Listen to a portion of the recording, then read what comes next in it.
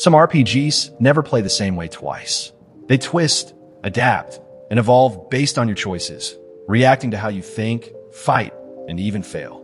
These are the games that tell stories in real time, turning every run into something personal and unpredictable. Whether through branching paths, procedural storytelling, or moral complexity, these are RPGs that are always a new experience. The ones that prove replayability isn't about content, but consequence. If you end up liking the content, please subscribe for more, and I'd appreciate it if you give it a thumbs up and tell me what you think down below. Love to hear it. If you've ever wondered what loneliness tastes like, Sunless Sea will serve it to you, salted and cold. This 20 to 15 Gothic survival RPG is as much about endurance and madness as it is about exploration. Set in the same haunting universe as Fallen London, it drops you into a vast, underground ocean where light is safety, darkness is death, and every voyage is a story written in hunger and fear. What makes this endlessly replayable is how the game remembers your mistakes. You play as a captain with a ship, a crew, and a dream, maybe fortune, maybe fame, maybe immortality. But the sea doesn't care. Food runs out. Crew members go insane or mutiny. You can die in a dozen ways before you even glimpse the map's edge. But death isn't the end. It's just another beginning. Every time you perish, your successor inherits something from your past life. A scrap of knowledge, a map fragment, a cursed heirloom. The cycle of exploration, failure, and rebirth turns repetition into discovery. The writing is extraordinary, rich, and poetic. Every port you dock, it has its own mysteries and moral tests. You might ferry devils from hell, smuggle souls, or sell stories to the highest bidder. Your choices ripple through the world, changing alliances, opening new routes, or sealing your fate forever. There's no right path, only the one you carve through the dark. The consequences make it replayable. Every choice feels heavy because loss is permanent. Your map changes every run. Your story twists differently each time, and even familiar events feel fresh through new eyes. The combination of roguelike design and literary storytelling makes Sunless Sea one of the most unique narrative experiences ever made. Every voyage ends in disaster, and yet you always return to the sea, because somewhere out there, in the dark, is one more secret waiting to be found. If Sunless Sea is about surrendering to chaos, Pathfinder, Wrath of the Righteous is about mastering it. Developed by Owlcat Games in 2021, it's one of the most expansive and flexible RPGs ever made. An epic where every choice reshapes the world, and every replay reveals an entirely new version of its story. It's Baldur's Gate 2 with divine ambition and demonic consequences. You start as a mortal drawn into a holy crusade against the forces of the abyss. But how that crusade unfolds is entirely up to you. Will you walk the path of righteousness, becoming an angel of light? Or will you embrace corruption, ruling as a demon lord or a lich commanding armies of the dead? Each path unlocks new powers, storylines, companions, and even entire endings. The sheer number of permutations is staggering. Your moral, romantic, and tactical decisions combine to create a campaign that's never the same twice. Combat is another layer of choice. You can play as real-time with pause or turn-based, and each option feels like a different game entirely. Builds are incredibly deep. Hundreds of classes, subclasses, spells, and abilities that allow you to craft nearly any type of character imaginable. The replay value comes not just from the story, but from experimentation. Every new run is a sandbox of systems waiting to be broken. It's complex and responsive. Characters remember your actions. Factions rise and fall based on your leadership. Entire regions change depending on your alignment. Even the ending reflects every choice you made, down to the smallest dialogue option hours earlier. Visually stunning and narratively rich, it captures that tabletop feeling of limitless possibility. No matter how many times you return, the crusade always feels different because it's your story, told through your choices, your victories, and your sins. Wrath of the Righteous is the kind of RPG where every new playthrough is another chance to see what kind of hero or monster you'll become. Before Dragon's Dogma or Dark Souls made action RPGs about legacy and consequence, Dragon Valor was already doing it on the PS1. It blended side-scrolling action with branching storytelling in a way few games dared. You didn't just play a hero, but a generation of heroes, each descended from the last, carrying their bloodline through centuries of battles against dragons and fate itself. Every decision shaped the entire world that came after. The combat was fast and arcade-like, more Castlevania than Final Fantasy, with sword combos, magic attacks, and air juggling that felt surprisingly modern. But it's the structure that made Dragon Valor so unique. Each chapter ends with a major choice that determines who your next descendant will be and what part of the world you'll explore. Depending on those choices, you can experience completely different storylines, characters, and endings. No two playthroughs unfold the same way. That sense of lineage gives the game an emotional hook few RPGs of the time had. When your character dies, the torch passes to their child, who inherits not only your weapon, but your choices. It's a brilliant way of turning consequence into a generational mechanic. Visually, it used 3D environments and detailed monster designs that pushed the PS1 to its limits, while its sweeping orchestral score gave each era a mythic sense of continuity. It's a game that feels like an entire saga packed into a single disc. Every victory, every heartbreak, every dragon slain echoing through time. Dragon Valor might have flown under the radar, but it pioneered the idea that every choice, every life, matters. A forgotten gem that turns replayability into legacy. Age of Decadence is what happens when an RPG designer decides to strip away every illusion of safety and choice and build a world where consequence rules everything. Developed by Iron Tower Studio in 2015, it's a low fantasy RPG set in the ruins of a fallen empire, and one of the most reactive, unforgiving, and rewarding experiences you can have. Every conversation, every skill check, every betrayal changes the story in ways you can't undo. And that's exactly what makes it feel new every time you play. There's no main path. No two playthroughs are alike because the game doesn't want you to see everything in one run.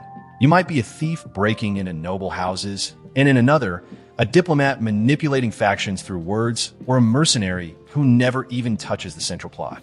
Entire quest lines vanish or branch off depending on your stats, alliances, and failures. A single failed persuasion roll can kill a character, close off a faction, or send the story spiraling into chaos.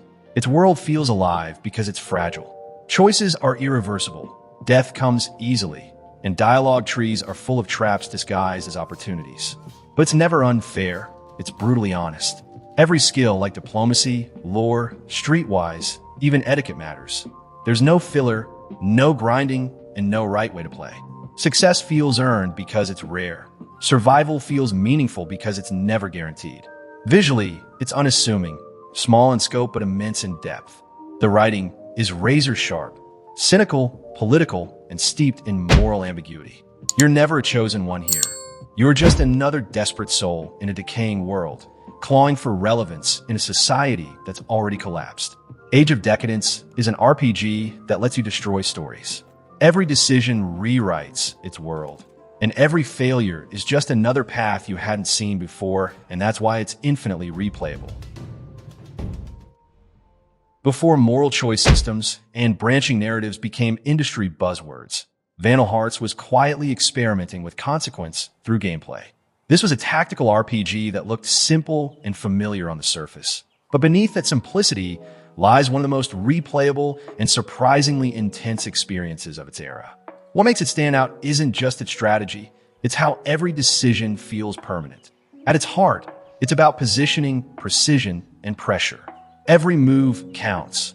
Every misstep can turn a battle into a bloodbath.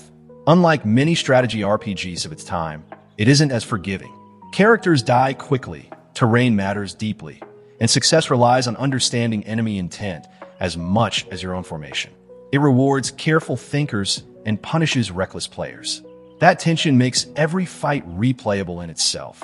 You can win the same battle a dozen ways, but mastering it feels like solving a chess puzzle where the board bites back. The story is deceptively straightforward, but surprisingly dark. Political corruption, betrayal, and moral ambiguity turn what seems like a simple rebellion narrative into something closer to tragedy. The player's choices shape lives. Depending on how you handle specific missions or characters, entire outcomes can change, and alternate endings await those who explore its hidden paths. Even its class system adds to the replay value. As you progress, Each character can branch into advanced roles, swordsmen to heroes or knights, archers to snipers or hawkmen, and the path you choose drastically affects your strategy. Experimenting with different team compositions completely alters how battles unfold. It's a game that demands and rewards multiple playthroughs. The mix of strategic depth, haunting tone, and permanent consequence gives Vandal Hearts a unique identity few have replicated. Every decision feels final, but every restart feels like redemption. If Age of Decadence was a harsh lesson in consequence, Colony Ship is its spiritual successor, a grittier, colder, and even more intricate RPG that dares you to survive humanity's last bad decision. Developed by the same devs, it trades fantasy ruins for a decaying generation ship, an arc bound for a distant world, but one that's been trapped in centuries of political decay, ideological war, and failed utopia. It's Fallout meets Blade Runner, stripped of comfort and full of consequence. And like all Iron Tower games, it's built for replayability through restriction, not freedom. The premise is simple. You're one of thousands born in a metal coffin drifting through space, struggling to survive the factions, cults, and power blocks that rule the ship. But the execution is ruthless. Every stat, every skill check, and every dialogue choice can change your story permanently, or end it entirely. There's no best build. A diplomat can outtalk a killer, but one bad persuasion roll can turn a negotiation into a shootout. What makes it feel new every time is how tightly woven its branching narrative is. Entire questlines lock or open depending on who you trust, who you kill, and what you believe. You might join a religious movement, sabotage a faction's reactor, or quietly broker peace between rival ideologies, and no single run will show you all. Some paths are invisible unless you specialize in obscure skills or approach a scene in a specific way. It's the kind of game that feels handcrafted for curious players, not completionists. Combat, when it happens, is punishingly tactical. Cover, weapon types, and precision matter more than stats. Death is frequent, but meaningful. The game never pulls punches because it expects you to think your way out before shooting. Every run through Colony Ship feels like a different story. You're meant to carve your own path through the wreckage of humanity's ambition, one bad choice at a time. Wildermyth is the kind of chaos that gives life to legends. Released fairly recently in 2021, this indie gem might be one of the most dynamically replayable RPGs ever made. Every time you start a new campaign, it crafts a different story. Procedurally generated heroes, emergent events, and choices that shape who your characters become over decades of adventure. It's an RPG that writes itself, and somehow always feels personal. The magic lies in how it blends storytelling with system-driven design. Your heroes start as ordinary farmers or hunters, but over time, they evolve, sometimes literally. One might lose an arm but gain a vine-like replacement that lets them strike from afar. Another might fall in love, grow old, or turn to stone saving their friends. These aren't scripted cutscenes. They're dynamically generated stories that react to your every move. Combat is tactical, similar to XCOM, but infused with creativity. You can ignite fields, topple trees, and possess spirits in the environment to turn them into weapons. No encounter ever plays out the same way because both your heroes and your world change constantly. Even failures become canon, shaping your group's legacy as they age, retire, and pass their stories down to the next generation. What makes it endlessly replayable is that it doesn't recycle content, it reinvents it. Every campaign feels like folklore coming alive, full of spontaneous moments that feel written just for you. The mix of tactical depth, handcrafted writing, and procedural imagination makes each journey unique. Visually, its paper doll aesthetic looks simple but hides incredible charm. Characters are expressive, environments glow with warmth, and every transformation tells a story.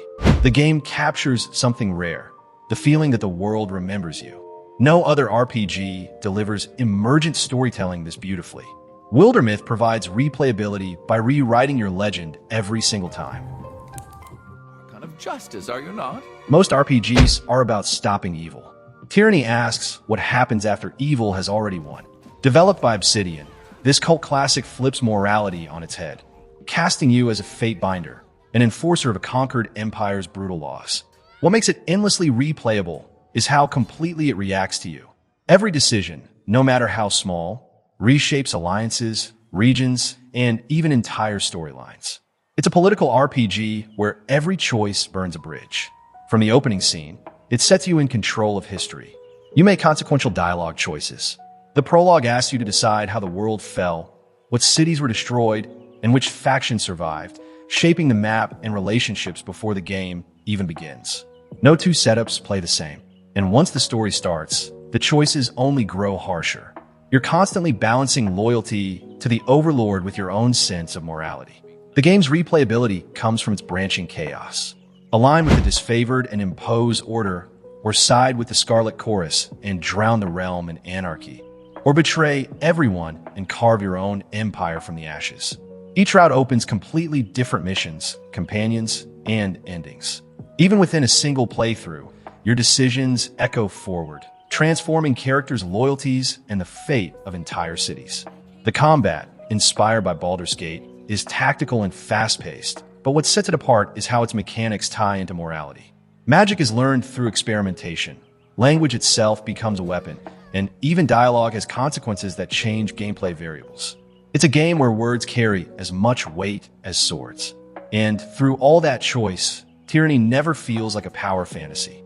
It's hard, not because of combat, but because it forces you to own your decisions.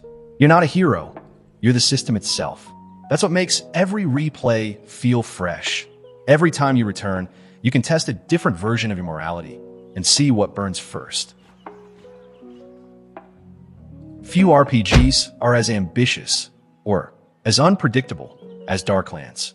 It's one of the earliest open-world historical RPGs ever made, long before open world even meant anything. It throws you into a gritty, alternate version of medieval Germany, where saints perform miracles, alchemy is real, and bandits lurk on every roadside. There's no main quest, no level cap, and no scripted story to follow, just a vast, simulated world reacting to your every decision. What makes it so endlessly replayable is how alive it feels. Towns rise and fall depending on your actions. Nobles remember your reputation. Time passes relentlessly. Your heroes grow old, weaken, and eventually die, leaving behind a legacy shaped by every success and failure. You can be a pious crusader, a mercenary thief, or an alchemist brewing potions in a monastery basement. The game never tells you what you should do. It only asks what you will do. Its world isn't fantasy in the traditional sense. It's a mythologized version of history. You'll fight heretics, witches, and dragons, but they're drawn from medieval folklore, grounded in grim realism. The systems behind it are astonishingly deep. Hundreds of skills, complex combat mechanics, and randomized encounters that ensure no journey unfolds the same way twice. Even the smallest choice, whether to help a villager, attack a caravan, or pray at a shrine, can spiral into long-term consequences. This feels like an RPG decades ahead of its time. It's procedural storytelling before that term existed, a sandbox built entirely from simulation. Every campaign is its own chronicle, full of triumphs, failures, and strange encounters that you'll never see again in quite the same way. It's a game you play, but also one you live in. And the next time you start, the world will feel different, because you'll be different. That's what makes Darklands timeless. Where most RPGs chase power, Road Warden chases meaning. It's a narrative-driven, text-heavy RPG that feels more like a living novel than a traditional game. And yet, it might be one of the most replayable experiences you'll ever have. Every word matters, every choice branches, and every journey down its lonely, rain-soaked roads becomes a different kind of story. You play as a Road Warden, part courier, part peacekeeper, part wandering philosopher, sent to explore a dangerous frontier between civilization and wilderness. The map is open, but the narrative is what makes it breathe. Each town, hermit, or merchant you meet can become an ally, an enemy, or a mystery depending on your tone, empathy, and priorities. You decide how much to trust, how much to reveal, and what kind of person your Road Warden becomes. It's endlessly replayable because of how subtle its reactivity is. It's not about good versus evil paths. It's about how you handle the quiet moments. A single sentence of dialogue can open a future alliance or close a door forever. The world doesn't revolve around you. It simply reacts. You can focus on helping the locals, hunting monsters, gathering lore, or unraveling the truth behind a mysterious settlement you were sent to find. Mechanically, it blends survival and narrative. You must manage hunger, fatigue, and supplies as you travel, making every expedition a risk. The weather, terrain, and your own mental state all affect how the story unfolds. And when the game ends, because all things end, it doesn't feel like a failure. It feels like the end of a journey that could only have belonged to you. Road Warden is proof that an RPG doesn't need graphics or complex systems to feel infinite. All it needs is 1,000 small, meaningful choices and a world that listens.